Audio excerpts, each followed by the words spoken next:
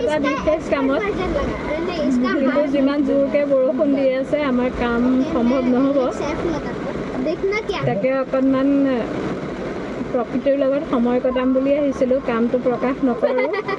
যদি হয় নিশ্চিতভাৱে আমি আপোনালোকক দেখুৱাম মোৰ মানুহজন ল'ৰা ছোৱালী পিছফালে বহি হাল্লা কৰি আছে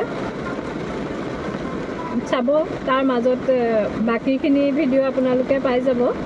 বহুত ধুনীয়া ধুনীয়া কিছুমান দৃশ্য আপোনালোকৰ আগত দেখুৱাম নিশ্চয় আমাৰ আটাইতকৈ সুন্দৰগড়ৰ আটাইতকৈ ধুনীয়া যিটুকুৰা ঠাই আমি ভাল পাওঁ সেই জেগাটুকুৰা আপোনালোকক আগতেও দেখুৱাইছোঁ তালৈকে আহিছিলোঁ বিশেষ কাম এটা লৈ বাকী ভিডিঅ'খিনি আপোনালোকৰ আগলৈ আগবঢ়াই দিম প্ৰকৃতিয়ে আমাক সহায় কৰিলে বৰষুণ এৰি দিলে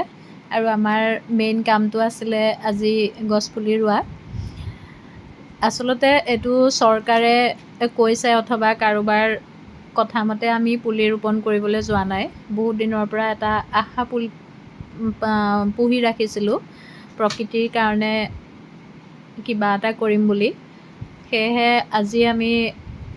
ওলাই গ'লোঁ আম পুলি জামু পুলি এনেদৰে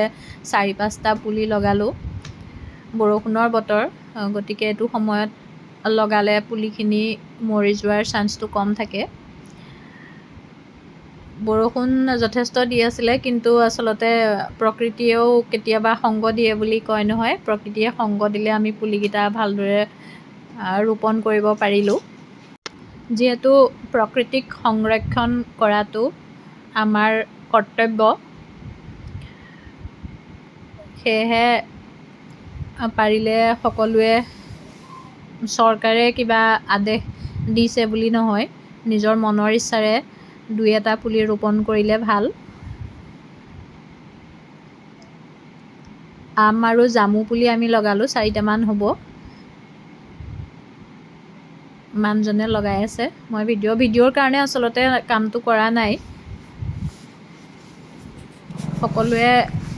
অকণমান হাতত 3 নম্বৰটো সময় লৈ পেলাই 2-এটা পুলি যদি ৰোপণ কৰে তেতিয়াহ'লে আমাৰ পৃথিৱীখন ভৱিষ্যত প্ৰজন্মৰ কাৰণেও সুৰক্ষিত হৈ ৰ'ব সেই আশাৰে আমি অকণমান হাত আগবঢ়ালোঁ চাব আপোনালোকে ভিডিঅ'টো সেইটো প্লেচ হয়